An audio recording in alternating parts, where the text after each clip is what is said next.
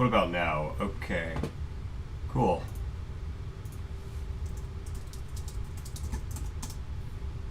All right. Can you hear me? Just want to make sure that.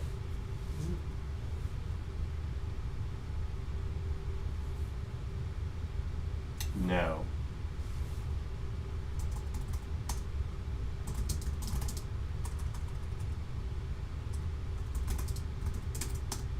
All right. I feel like this. Oh, right. Cheryl, thank you so much for letting me know. All right. So it's 2 o'clock. So let's go ahead and get started. So today we're going to be talking about the traction slide. And this is a really, to me, this is a really interesting slide because it can make such a difference in the way that I, as a potential investor, think about what you're sharing. Okay, thank you. Yeah, thank you, Cheryl. So, how do I describe this? It's basically the difference between saying, hey, this is maybe an interesting idea, and saying, wow, this is actually something that's not just interesting, but is interesting and actually has some traction. That is actually something that, can really justify what it's doing. It's not just the author asserting, it's not just the company that's pitching asserting that there's something really neat going on here. It's also the market asserting that there's something really interesting going on here. And because of that, it can really change the way that, how do I say this, that like we understand whether or not this is like vaporware, or if it's something that's like, wow, this is really exciting, we should take a really hard look at this. And it's like, just to make that, I know that can be a little confusing, but so here's maybe like an easy example. So I'm not a biotech guy, but the fund does invest in some biotech startups. And so I got a deck and I was reading through it and I was like, I don't know, this is looking a little thin. It's looking a little far-fetched. It's like this, it made some really aggressive claims. And like, I don't know much about biotech, but I was like, oof, this seems like science fiction. But as I was like kind of like mentally being like, okay, I'm just gonna put this aside. This is a pass. I ended up looking at the. Sorry, I'm just seeing that there are people waiting. Okay. It says that there are people in the waiting room, which seems weird to me. I don't know how to deal with that, so yeah. I don't know how to deal with that. If somebody's in the waiting room, my apologies. I don't know how to let you in. So here's where we're at. We're just gonna keep pushing. You can find it on the recording. So I was looking at this deck, I was like pretty close to tossing it, and then I looked at the traction slide, and this company had actually had a couple collaborations, a couple partnerships with some very big, well-respected biotech companies. And that, honestly, that totally reframed my thinking about the validity of everything. It was like, all right, does this tech work, or is this like science fiction? Well, I'm in no position to be able to evaluate whether it's real or nonsense. But this partner, who is a well-respected name in that space, absolutely is well positioned to understand if this is real or not. So all of a sudden I was like, oh, well, maybe the tech isn't as far-fetched as I thought. And I had some reservations about the team, but it's like, oh, well, all right, if this team was able to secure a partnership with these two large companies, well, maybe the company's a little bit more sophisticated than I gave them credit for.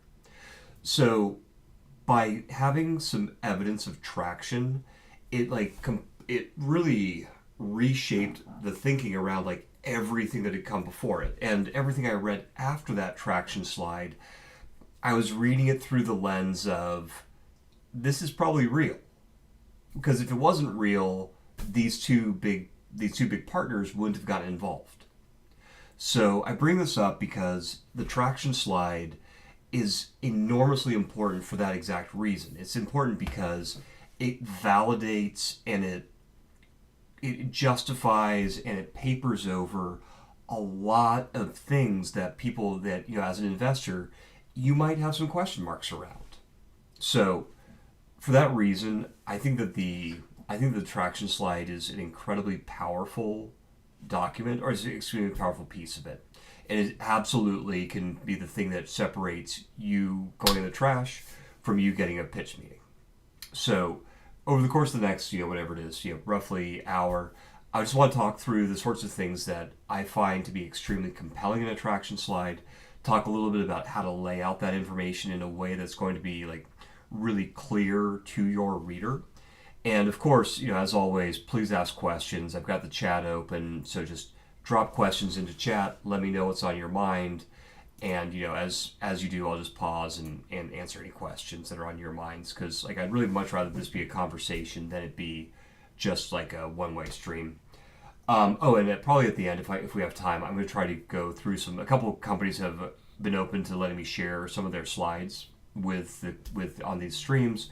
So we'll talk through a couple of other companies' traction slides so that you can just get a sense for what other people have done, how other people have approached this. Cool. So let's talk a little bit about what each of these things should be. So specifically, what should be on your traction slide? And here's what I'll say: the two main things I think that I'm looking for. I can just speak for myself, but I talk to the people at the J2, the fund that I support and I'm with, and they're looking for very similar things as well. They're basically looking for evidence that you can reach your customers, and that you can potentially, if you're just at like a pre-seed seed stage, probably all that you really have to prove is that you have been able to successfully talk to your customers. If you're a little bit more advanced, you're looking at like that Series A, certainly into like Series B and after, you also want to be able to demonstrate that you can sell. And it's great to be able to put be able to talk about your backgrounds in that industry. You can talk about that you were in a sales role at other companies. That's all great, but there's no substitute for being able to say, hey, we've gotten even a relatively small amount of revenue from customers. So that's the first thing on the attraction slide is things that demonstrate that you're able to reach and sell to your customers. Second thing that I would encourage you to put onto your traction slide are things that demonstrate that your product is plausible and that it meets a customer's needs, so that there's a real demand signal in the market. So I think we were talking about the problem slide in a couple weeks, but what I'm suggesting here is that in the problem slide you're going to say, hey, this problem is driving your customers insane. It's real, it's a challenge for them, and that it's such a big problem that they would be willing to pay if you could solve it. Great, but maybe as a reader, I'm like, yeah, I can relate to that problem. I would pay to solve it. But I was just talking to a company yesterday that's doing a very in the weeds, like deep in software product that basically, sorry, I don't want to say too much because it streamlines data. It streamlines how companies can use data. And it's like, I'm aware of that thing. I've worked, in startups that have data issues, but I can't personally relate to, this problem in the data stream, in the data ingestion process for companies. So for me, I wasn't able to personally appreciate the problem or whether or not their solution would actually address that need. But they had a great traction slide. They were basically able to say, hey, we've got these paid pilots going, these unpaid pilots going. Awesome. And now all of a sudden, I don't need to fully understand the problem because there are real customers here who are saying, yeah, we have this problem and we're currently, even honestly, their solution wasn't totally complete, but it was far enough along and the technology and the solution seemed plausible enough to these pilot customers that they were willing to give them time. So that's great. That is really nice demonstrations on both fronts. So again, please ask questions if like any of these observations around what should be on your product, or excuse me, what should be on your traction slide don't make sense. Okay. So I know this can seem really intimidating, especially if you're a really new company and you don't have, like, you may not feel like you have traction, or you may not feel like you have anything to show. But I think that there are, like, I would suggest that there's actually a lot more that's compelling to me as a reader than you might realize. So I'd love to just like talk through some of the things that when I see, I'm like, oh, that's great early traction. So let's say if you're at a pre-seed level, so you're quite early, then any sort of customer engagement is actually really powerful. So I'm thinking about things like the number of customer interviews that you've done, and then and having the, especially if you can have those segmented. It's like, hey, I talked to 10 customers who were at, we're inside of DoD. I talked to 5 customers that were at large prime contractors. I talked to 20 commercial potential customers.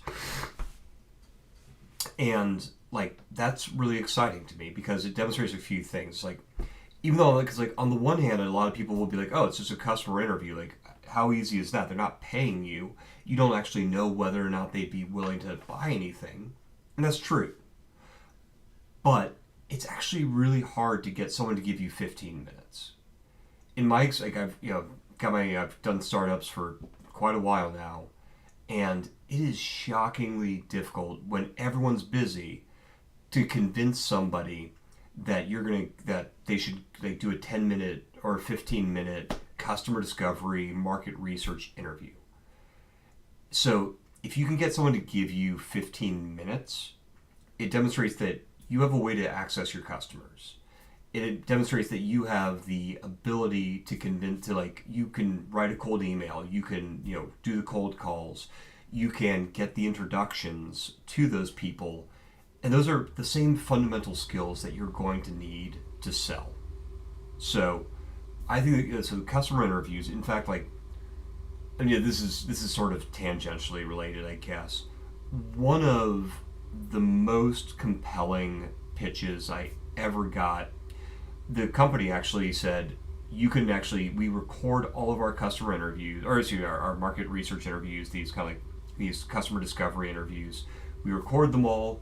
Here's the Dropbox folder. Go watch them. You'll see how excited the people are about what we're proposing to make. And that's just like, and we opened. I'll be honest, we only watched a couple, but they had a few dozen in there, and it was true. Like, we watched the ones we watched. People were like, "Wow, if you could build this, we would be really excited, and here's all the problems it would solve." And it was extraordinary. Like, obviously there's a lot that goes into that. It's like it's demonstrative of a lot of things, but as a first step toward demonstrating a sales capacity, super compelling. That was like, blew my socks off, honestly. Like, completely got them the pitch. So that's one way that a very early stage company can start demonstrating traction. Second way, if you're super early, pre-seed, is the number of waitlist signups you have, mailing list signups. If you have if you start doing cold email campaigns, which, I mean, it can be hard, especially if you're just getting started. But it's like you're demonstrating an ability to do like proto sales. So you're demonstrating ability. It's like you put up a website and you can put enough content on there that people came to your website, and you were able to articulate a sufficiently interesting concept that people signed up to be on your wait list. So that's pretty big. I don't know how often you guys sign up for wait lists. I never do. I have to be really excited about an idea before I'm going to sign up for the wait list. So, hey, that's pretty good demonstration that they actually, this product, the product that they're promising to deliver or proposing to deliver, is compelling, and that they've got the capacity to do that sort of broad spectrum marketing based engagement. If you can back that up with really high click-through rates or really high open rates, that's really, really powerful. One other caveat on this that I think is really another really powerful thing that an early stage company can do is on all of these, if you can show people are coming back. So like, not just that they were willing to do an interview with you once, but they were willing to do an interview with you once, and then whatever, a couple of weeks later, a month later, you came back and you showed them like a mock-up of your product, and they were giving you feedback on the mock-up, and then you came back a month or two after that, and you showed them whatever, like the first analytics or the first elements of that mock-up that were real, and they were, if you can demonstrate that people are so excited about what you're doing that they're willing to like give you time again and again, that's awesome. That's huge traction for a really early stage company. And then on the product side, so like that's kind of your sales side demonstrations of traction. Product side, your product maturity and capacity, some really early signs of traction. Give me a clickable mock-up. Put a link in there, or screenshots, clickable mock-up, something that I can click into and say like, oh, I see what they're talking about. I can understand what they're doing. And on the way, again, it's sort of like, hey, you may be saying that's so easy. Like, anybody can make a clickable mock-up. Why should I? Why is that demonstrative of product maturity? Well, it's because, let me put it this way: anybody who can't take the time to make a clickable mock-up or like a really detailed prototype demonstration, they're probably not going to be able to build a product either. So fair enough, it's like you building a clickable mock-up is not demonstrative of your ability to like create the product, but it's like, if you can't do the clickable mock-up, you can't build the product coming soon demo video, if you can't be bothered to do that, I question whether or not you're going to be able to actually go through and make the product.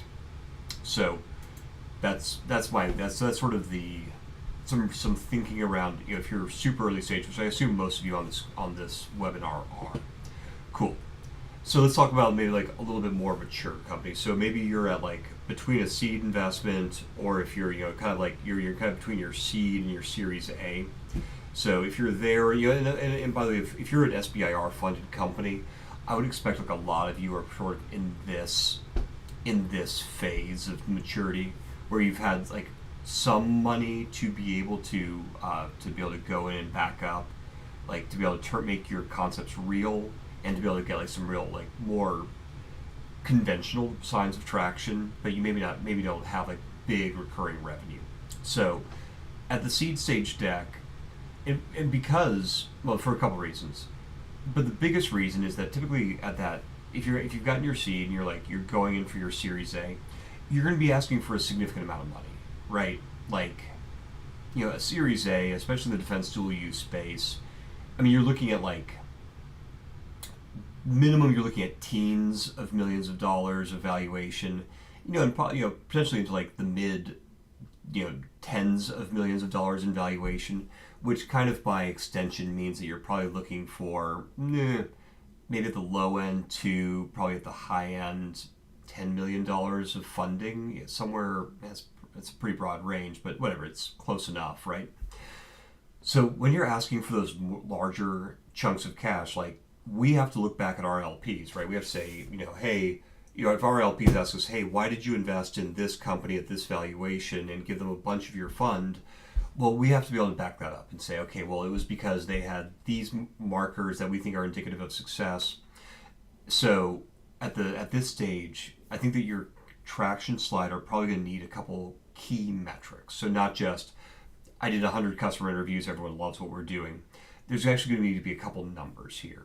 So what I would expect to see would be some sort of count of your users. Now, they might be beta users, they might be free users, they might be paid users, they might be, I don't even know what other kind of users, but there's got to be some sort of an indication of how many people are using your product and how involved they are. It's like, are they using your product every day, every month? How often have you gotten feedback? Like some sort of early indicators of their desire. Because, and again, this kind of goes back to the point around people giving you customer interviews.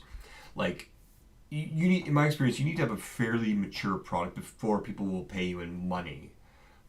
But getting people to pay you in their time and getting to people to pay you in terms of having them change their behavior. So like, whatever it is that you're replacing, they were doing something before, right?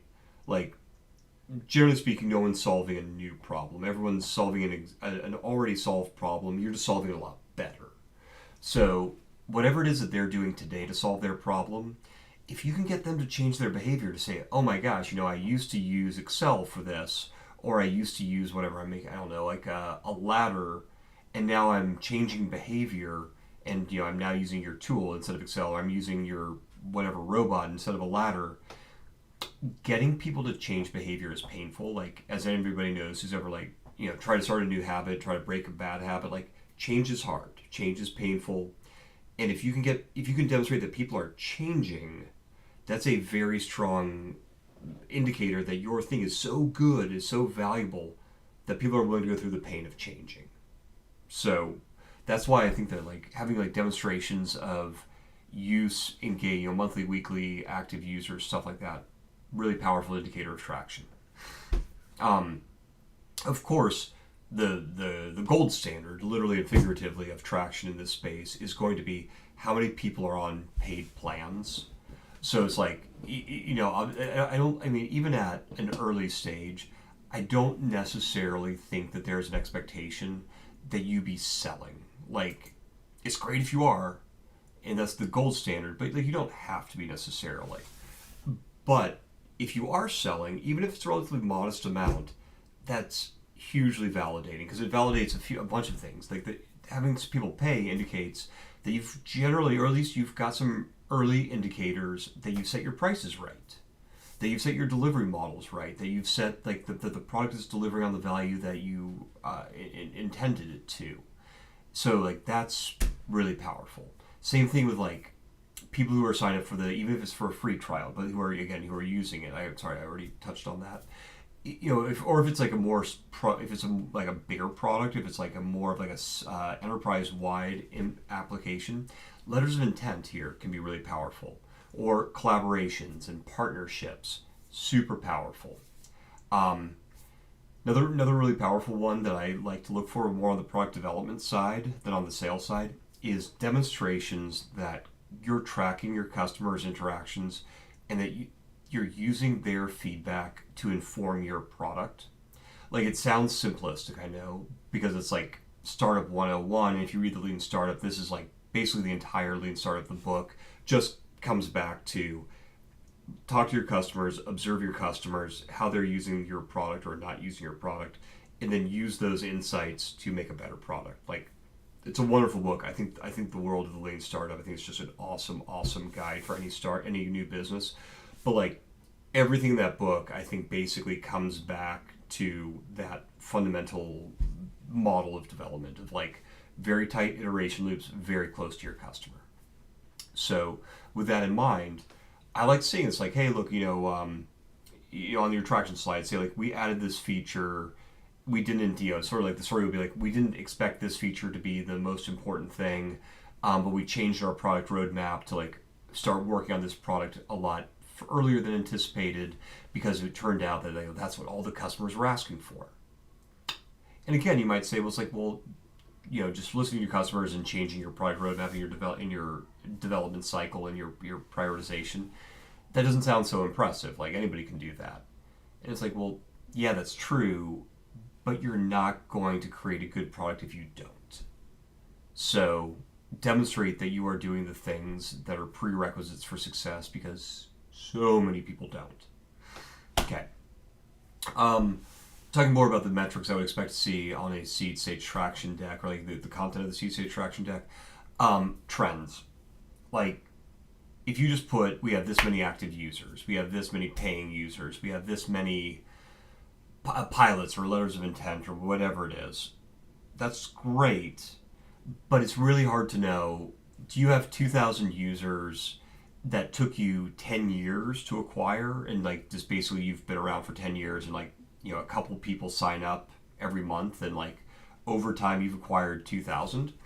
Or is it we started a year ago and initially our we had one user, and then we it started to grow very slowly, and now the pace of new customer acquisition, or like the engagement of your users, if you see that growing, like they're getting more and more engaged, that is really powerful, because it shows like, hey, even though it's on like a relatively low, it's a relatively low number today, that number is going in a really positive direction. And so trends make sure that you're not, as an investor, it's like it makes sure that you're not hiding something. It makes it harder to hide something from me, so which makes me feel better, and it can highlight a really promising future. Okay.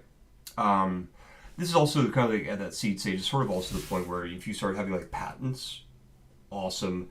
If you have critical strategic partnerships, that's awesome.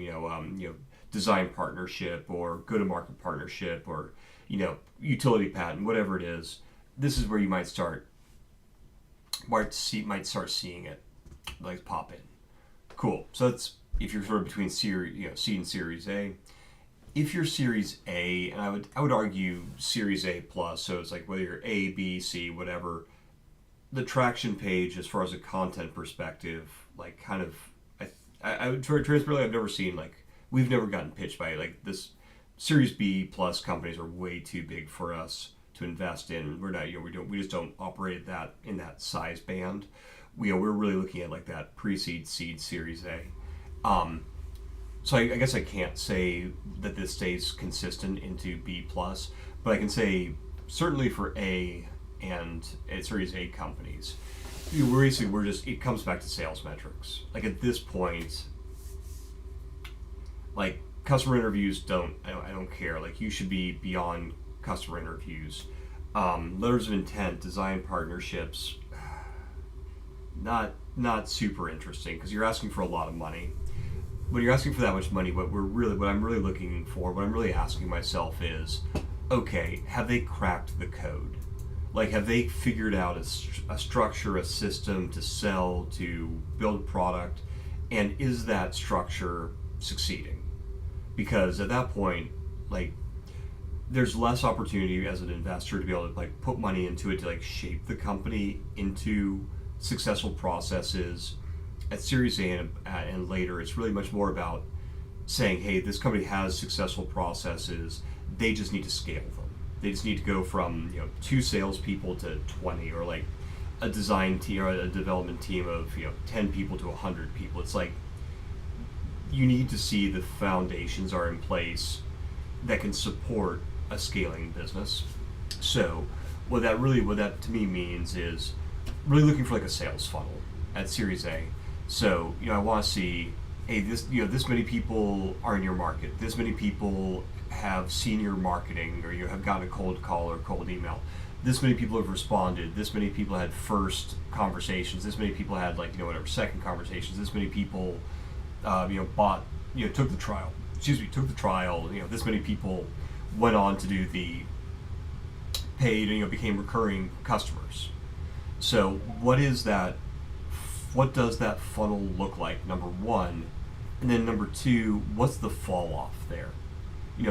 Because we want to know. Part of it is that we want to know what the funnel looks like, because then you can say it's like, okay, you're losing a ton of customers between whatever first call and second call, or like second call and pilot.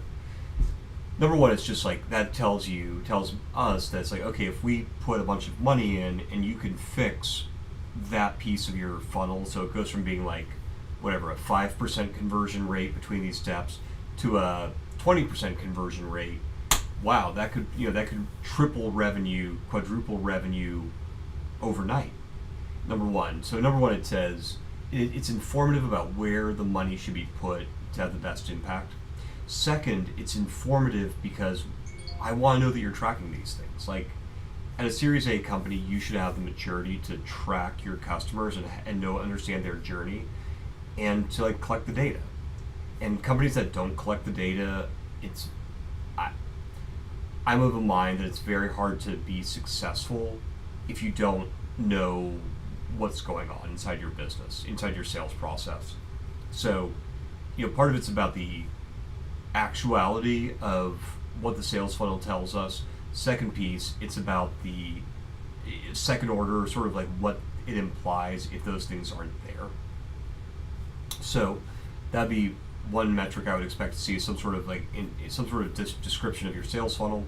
Second thing would just be some sort of like recurring average revenue, or like, whatever metric you want to use that demonstrates this is how much money we made per month or per year, probably per month. 2 years ago, here's how much money we made, a year ago, here's how much money per month we made last month. And you'd want to see like the amount of money that you're making each month is hopefully increasing. And if it's not, that's honestly a huge red flag. It's like, why have you hit a ceiling? Or why isn't, if you're making your product better and your sales processes are maturing, if that's not translating into more dollars in the door, I mean, you need to have a really good explanation for why that is if you want someone to give you more of their, more money. Cool. Series A, I would also start expecting to see some more sophisticated sales information around like cost of customer acquisition, lifetime value of a customer, things like that a mature company is going to have. It might be changing all the time. There might be some caveats in your analysis, but whatever. Like, you put something that demonstrates that you know that you need to do that, and that you're actually going to like put the work in to get the information to populate those. And as I was saying before, it's like try to trend it out, put into like visuals. Like, I hate looking at tables of data. Like, tables of data is very hard to understand, like the significance or trend lines or like the proportionality. It's, if possible, put it into a chart. Or I'm sorry, into a like a visualization. Probably a chart, but I guess you could do it some other way. Cool. So that's the structure, or actually that's the content. As far as structuring your slide, and apologies, I meant to draw a couple out. Unfortunately I recently moved to Virginia, and I recently moved within Virginia, and my time's gotten away from me. So here's what I recommend: like, keep it simple. If you're pre-seed, just use 2 columns. Just one column is going to be about your customer engagement, like proto sales type traction. The other column is going to be your product maturity type traction, and then just list out the bullets. Just say, this many customer interviews. Here's the link to our clickable mock-up. This many second customer interviews. This many customer interviews with these different types of customers. These many people on our wait list. Just bullets. Keep it, 20-point font, big, and just lay out the facts. And, I think that's pretty much all you need. And then on your seed deck, I would encourage you to do probably 4 graphs. I'd say like 2 of them would be sales oriented, maybe one's product development oriented, and the 4th graph, get creative. But what I encourage you to do there is like 2 charts, some things about your customer acquisition. It's like, this is our customer acquisition growth rate, this is our revenue growth rates, something that is much more like concrete around your success acquiring and maturing and cultivating customers. And then maybe like 1 chart, just something around like, hey, this is, pace of growth, or, new products, or, new features, whatever it is that's going to demonstrate that you're maturing your product. This is at seed stage. And then the 4th one, can kind of do whatever you want. Just like another chart within there about something that indicates that you're having success. And it can be like actual success, like dollars in the door, or like products delivered, or it can be like preludes to success, like, you're doing all the right things to be able to get the information you need. Series A, as we were just discussing, sales funnel, and then metrics, just like customer acquisition cost, growth rates, the fall off between layers of your funnel. That's it. You're good. So that's the slide. Now, the question. So the next thing I would want to spend a minute on is where to put your slide in your deck. So this is a little bit of a funny one. So a lot of people have different thoughts on where in the deck your traction slides should go. Here's my 2 cents. If you've got kind of above target traction. So like if you're a pre-seed company, but you've already got some good partnerships in place, or you've already got a patent, or you've already got some revenue in the door, bring that slide as far forward as possible. So like I would probably just go like problem slide is your first slide, second slide is your solution, and the solution might take 2 slides, that's fine. Solution, and then traction. And the reason why is, like I was saying, it's like if there's a company out there and they're getting a lot of traction, then that's an indicator that actually things are working out, that things are going well. And so all of my skepticism is going to be tempered because like, well, I might be skeptical, but these partners who are really, really smart in that field, they're doing it. They're getting involved. They're extending their time and money into this. So maybe I shouldn't be so skeptical. So if you're sort of above target, if you're truly like outpacing where you should be, pull it forward.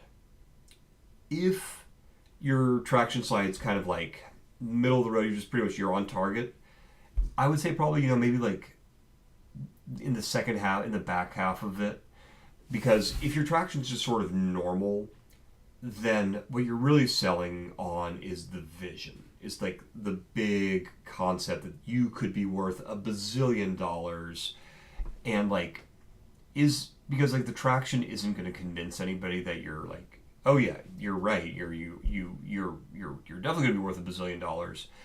So you're kind of like painting the picture of success.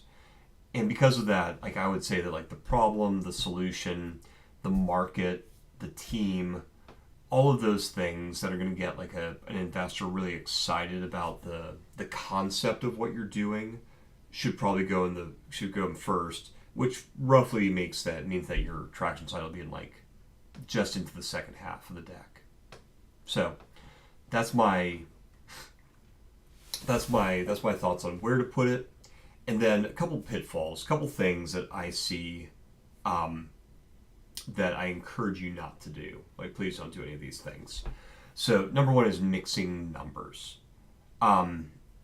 So, like, you're going to end up in a situation where it's like, you're going to have growth coming from paid. You might do like a Google ad campaign and like try to like bring people to your website to grow your mailing list. Nothing wrong with that. But if it's a paid campaign, if you have like as part of your traction slide, if you have a slide that just shows like, hey, look, customer, website visits are growing significantly, and it starts at a very low place, and like, oh wow, the website traction and like newsletter signups and like waitlist signups have like really like increased. One interpretation of that is, wow, they're just killing it. They've figured out, they broke the code on how to market to their customers, engage them, create content that attracts these customers, all of those things. Wow, that's really impressive. And if it turns out that actually you just paid for them, there's nothing wrong with that. There's no shame in paying for early action, early engagement. Like people do it all the time. There's nothing wrong with that. But don't be misleading. Like don't imply that this is all like natural, organic SEO based growth, or like that you're posting on LinkedIn and it's getting all of this inbound attraction and attention if you're really paying for it. So like number one, that. Similarly, like if you've got mixed revenue streams, like a lot of people as a small business owner, you might be building your product, your startup, but you're also doing consulting on the side. You're doing paid gigs as a subcontractor or as a consultant or whatever it is. Don't mix the two. Like if you put revenue on the slide, I'm going to assume that's revenue from the product, not revenue from your consulting. So don't mix numbers. Or if you're going to put multiple like revenue streams, make it very clear. It's like we made X dollars from product sales, we made Y dollars from advisory services. Great, just clarify what you're doing. Super important.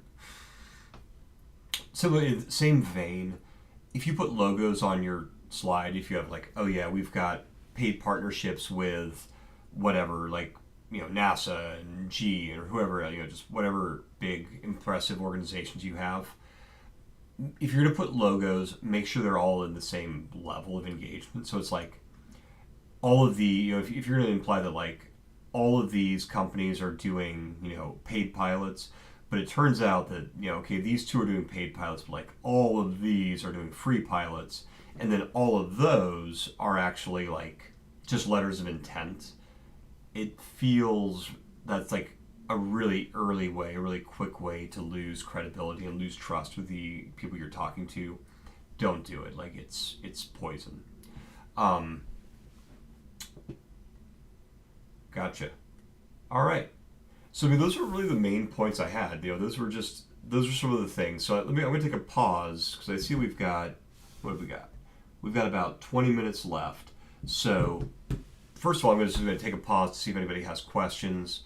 And if not, I'm just going to go through a couple traction slides that I've seen recently, and we can talk through them.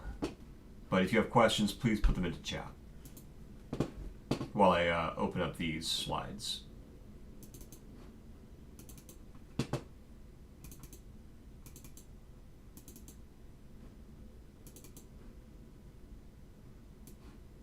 All right.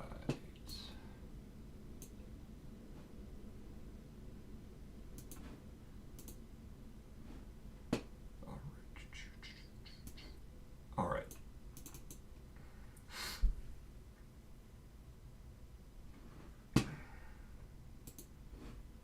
Cool.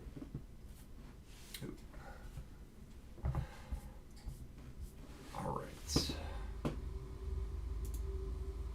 All right, so I don't see any questions, so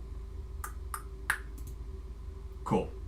All right, I'm going to assume that everybody can see this. Okay.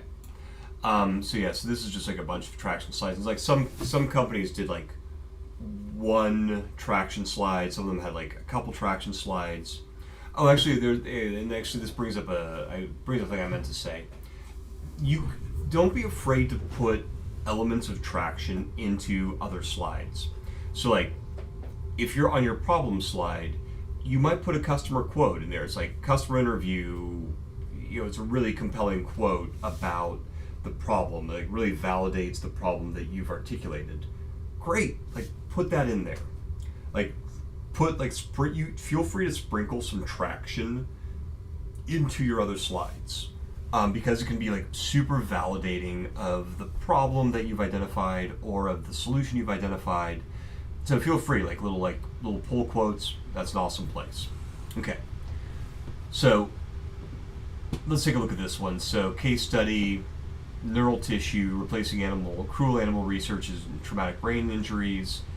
And then, case study 1, customer project, R&D, expand customer base, government, pharma. So here's some stuff that I really love about this slide. Number 1, it's basically this part here, the number 1 customer project, 1.1 million R&D tissue delivery supply agreement. Like, that's pure gold in terms of traction, because it's saying, hey, even though we're super new, somebody paid us to advance our R&D. Like, they wanted to collaboratively do R&D with us. So that's super compelling. Like, that's really, really strong evidence that what you're doing is interesting to at least that one customer. Awesome. Here's how I would make this case study better. So number 1, the 2 dot expand customer base, government, pharma. I don't really feel like that's a part of the case study. It's something you want to do, and it's something you should do, and that's great. Like, by all means, you should expand your customer base. You should go after government and pharma. Like, that's awesome.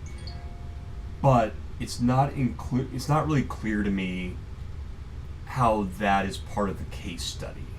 So if it is, explain why this is part of the case study.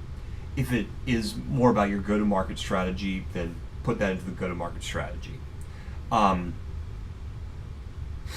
the left-hand side, the neural tissue replacing cruel animal research, undoubtedly that's a good thing, but again, it's not entirely clear to me how that relates to the case study. Is Was the case study to develop neural tissue? Was it to sell neural tissue to the customer in the case study? Like, this feels more like part of your solution. Like, the solution is neural tissue, and then you would, in the solution slide, you describe about the neural tissue. So it just feels like this is blending a couple different slides into one. And generally speaking, I recommend against doing that. Just like, if you're talking about the traction, just talk about traction. If you're talking about your solution, just talk about your solution. Don't mix the two. Cool. Here's one. So, early revenue, hydrogen production while we scale, revenue during testing, 10 times 25 kilograms per day prototype unit. That's awesome.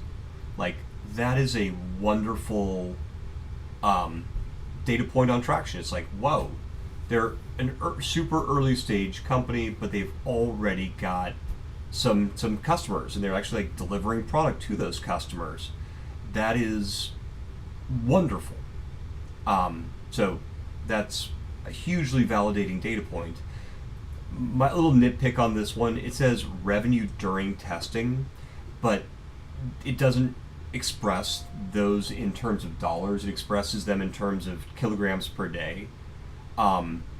So I would either say, product created during testing and express it as like, the kilograms per day, or I would make it clear that or I would translate those into dollars, because that's revenue.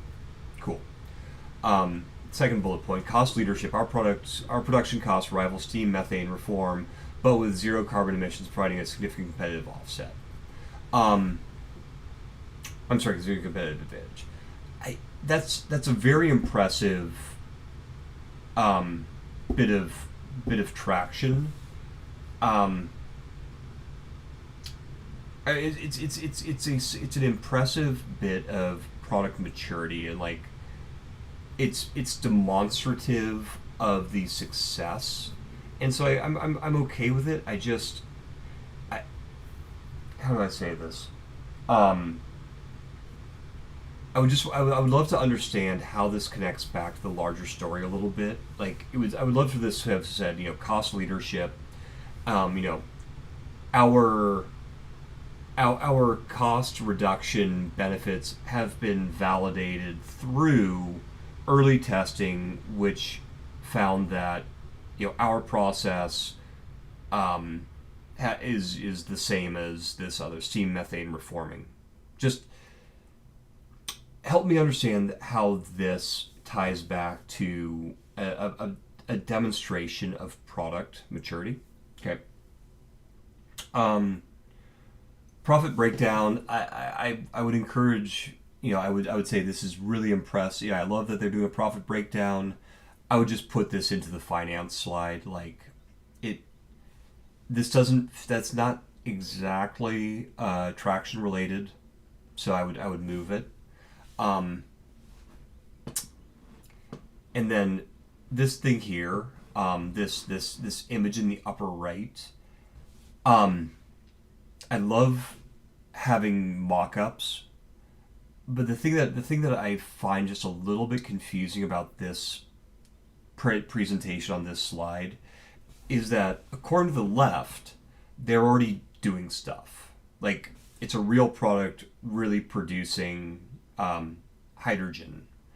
But the image in the upper right is clearly computer generated. So a computer generated image leads me to think that it doesn't exist yet, whereas the text on the left implies that it does exist already. And so I would just encourage them, this team, replace the computer generated image with a photograph of the actual unit, because that way it's like, yeah, this thing is real, it's really doing stuff, it's really, producing all of this hydrogen that we talked about on the left. I think that'd be a lot more powerful. Okay. Here we've got a great one. Excuse me. business working with government industry partners, they just go through here. It's like, wow, they've got 3,200 users, 54 states and territories, counties, partner organizations, critical industries. Yeah, I think this is a great traction slide. Like, I kind of wish it had been trended, like that they would show, like, because of those 3,200 users, how many did they acquire? Like, what's their customer acquisition trend line look like? That would be nice. But kind of at its most basic, like, boom, here's a bunch of numbers about how many people are using our thing, and that's evidence that it's like a value delivering product for them. So yeah, I like it. Okay. Yeah, here we go. Yeah, from that same company, pipeline growth. That's awesome. Um, you know, pipeline growth is nice, is really nice in the sense of like it's indicative. Like, pipeline is what you think you're going to win, and it's always nice to be able to say, hey, we think we're going to win, in this case, whatever it is, 175, $200 million by 2027. But that's pipeline. And like, pipeline and actual revenue are quite different. So, yeah, I would just love something that tied this back to where they are today. It's like, hey, look, our over the last 3 years, our pipeline was, 5 million, then 10, then 20 million, and our win rate within that pipeline historically has been 30%. Therefore, if we continue that 30% win rate into our expanded pipeline, this 200 million, could become 70 million of revenue. Just, pipeline is squishy. It's like really hard to back up. You can say anything is in your pipeline. So just grounding this in more substantial, like more verifiable numbers, I think would be really good here. But overall, I think it's a good slide in the sense of it's like showing trend lines, it's showing growth rates, it's showing actual, some analytics behind it. It gives me, it creates confidence that this company knows what they're doing and is on a good and has mastered the fundamentals. Cool.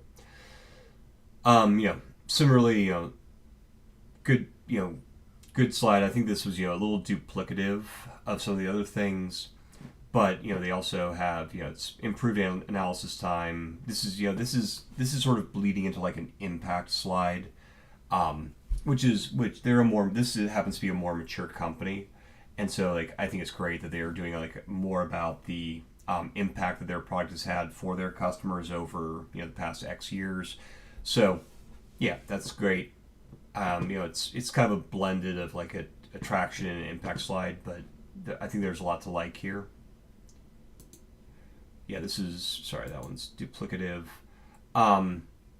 Yeah, here's basically a case study that they had of like their growth rate. Yeah, it's another version of their like pipeline basically. So same comments, try to show some actuals. Built-in customer base, so their traction to date for this company, for their what they've done, the customers that they've had, great. I think this is really powerful, honestly, because you can see it's like, hey, look, these are our customers, and this is how the customers are growing over time. Like, this is really the slide that I wanted to see, where it's like, hey, look, we had nobody in 2019, and we've had like a nice steady growth rate over the past, just really nice growth year over year, adding new customers. Yeah, this is a great traction slide. So yeah, those were the traction slides I wanted to share. Great. So yeah, why isn't this? Yeah, there we go. So I'm back. I see we're just about at time, so I've got 5 minutes if anybody has any questions. Otherwise, thanks so much for joining. Please like and subscribe. It really does help me out. And yeah, look forward to seeing you in the next one.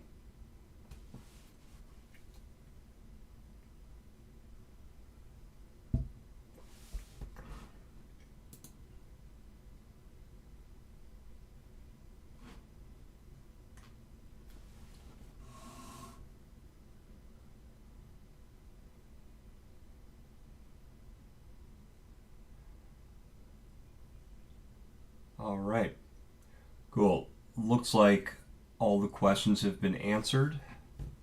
So, yeah. Thank you so much. I'll see you in the next one.